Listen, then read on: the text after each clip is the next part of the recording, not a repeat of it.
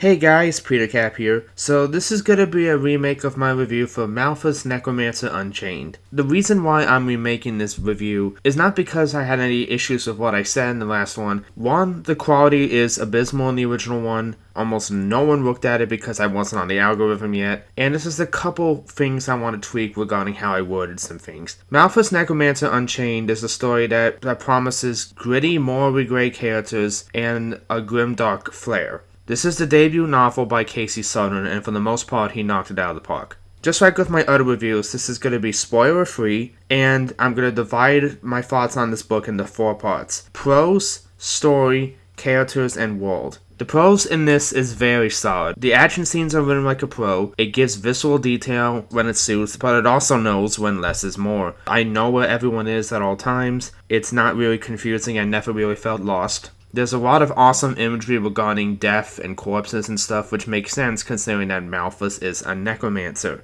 Now, I do have a slight issue with the battle scenes, but that's not a prose-related issue. Alright, so next up we have the world. We get just enough about things so that it's not overwhelming, but what we do get is awesome. There's a lot of stuff that ties into death and corpses and stuff, which again, considering how our main character is a necromancer, that makes perfect sense. One of the best pieces of world building in the story is the scar, which is the kind of thing that you see and you instantly want to know more about it, and thankfully the book does not disappoint. It's crucial to this world. One thing I want to give credit to is while orcs, dwarves, and giants are a thing in this universe, the villains of the story, for the most part, not counting Inquisitor Deza, are gnolls, which are these half-hyena monsters. Which, that was an interesting choice, but I was wondering, why hyenas out of all things? And then, there are several parts where we hear, groups of these gnolls laughing, and I'm like, okay, yeah, that makes sense.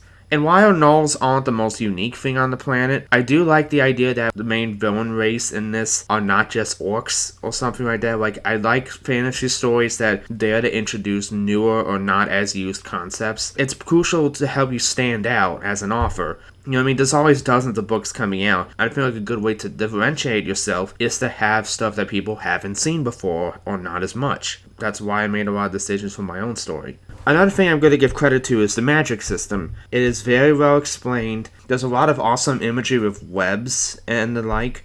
There's a lot of stuff that's thrown at you, but it's done in doses and done in a way so that you can still follow what's going on. When things are going good for Malfus, I can understand why. When they aren't going so good, I can understand it as well. Again, there's enough places that are probably established, like Acadia. Let's go to the characters, and we're going to go through these kind of one by one. We have Malfus, the title character. Writing characters that are morally gray is an excruciatingly difficult thing to pull off. You know what I mean? It's easy to mess up, it's easy to make them unlikable, to the point where it's almost like voiding excuse territory. And again, this is something that Casey does well. There's the perfect balance of Malfus. There are definitely some times when Malfus just wants to F off and not help anyone but himself. He does have some standards, and he's not without empathy or pity for other people. Again, while he is a necromancer, he's definitely not evil. He's human. I feel like that's the best way to put it. Another thing I'm going to mention about Malfus is he has a pretty solid character arc where, again,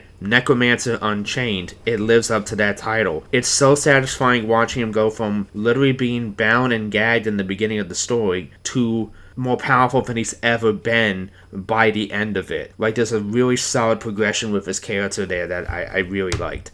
Then we have Inquisitor Deza. It's a testament to this story that I feel like Inquisitor Deza was the weakest character. Now, I should clarify, he is still absolutely enjoyable. It's a doozy, But you have the radical Inquisitor, highly dogmatic, faith-driven, to the point of kind of sort of lunacy. The reason why he's the weakest character is, in a story that has a lot of morally gray characters, Deza weirdly is not. He's pretty cut and dry as a villainous Inquisitor. There is some more to him at the end that explains why he's so driven on apprehending Malfus in particular. But unless I missed something, it wasn't really set up. There was no indication, to me anyway, that he wasn't driven by anything other than duty to his church. It is a testament to the story where this character, a still very entertaining presence, is the weakest one. Then we have Colonel Pesca. Again, this character could have easily been written too gritty as well, just for the sake of grittiness, for the sake of grimdark.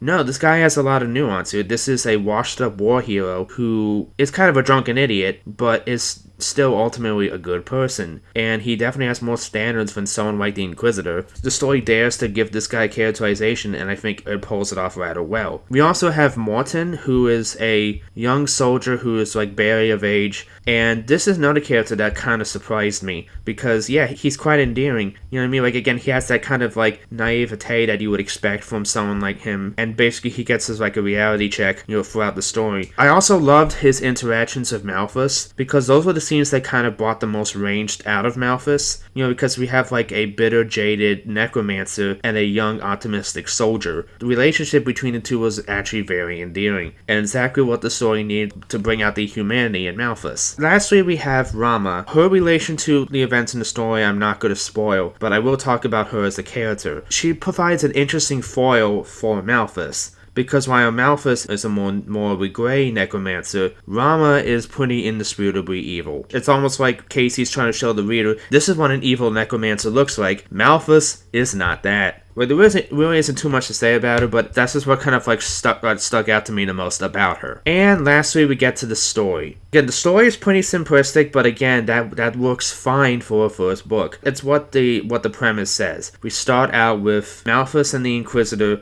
arriving at a fort that's about to be overtaken by gnolls. Should Malfus be freed from his bindings so that he can raise the dead soldiers to help the living? It's a pretty metal kind of situation here, and while it takes a little bit to get to that point, it definitely has a worthy crescendo with this. I will say that the battle scenes definitely go on for a while, which is fine for me because I love battle scenes, but if battle scenes aren't quite your cup of tea, then you may not like this. There's a lot of battles in this, and it borders on acquired taste territory. There's plenty of awesome scenes in here, like the climactic showdown with Malfus and his undead giant versus Inquisitor Deza and the other giant. The latter two aren't really working together, but it's like they kind of functionally are.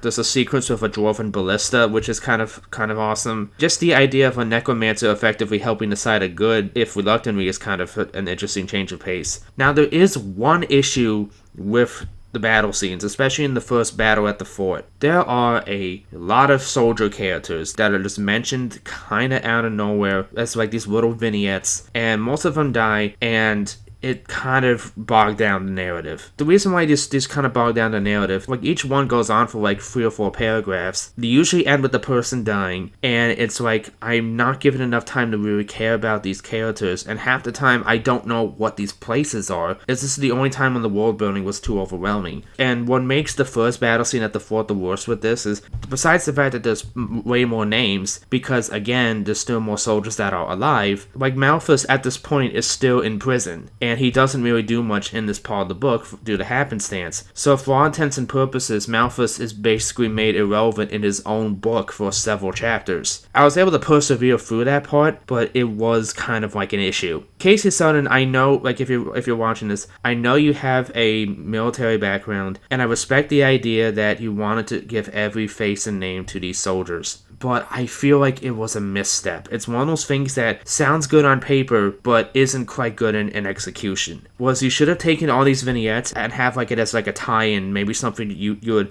put like in a newsletter as like a bonus thing. Because these, from a pro standpoint, these vignettes are fine. It's just they don't work where you put them. You know what I mean? That's my biggest issue with it. Combine that with how battle scenes like this many can be an acquired taste, it is something you just need to be mindful going into this. But again, the book is still ultimately very good. Like, make no mistake, once you get past that and Malfus becomes more relevant to the story again, it picks right back up and you're fine. So that's the gist with Malfus Necromancer Unchained. Like, let me know if you guys want to see me do more reviews. I'm trying to like widen my content here so that, you know, there's more kinds of videos from me than stuff with God Shards and, you know, Peter's no-cap history. I'm thinking about doing some more reviews and this other kind of trope talk, so let me know what you guys think if you'd like to see that. But for now, though, I will see you guys later.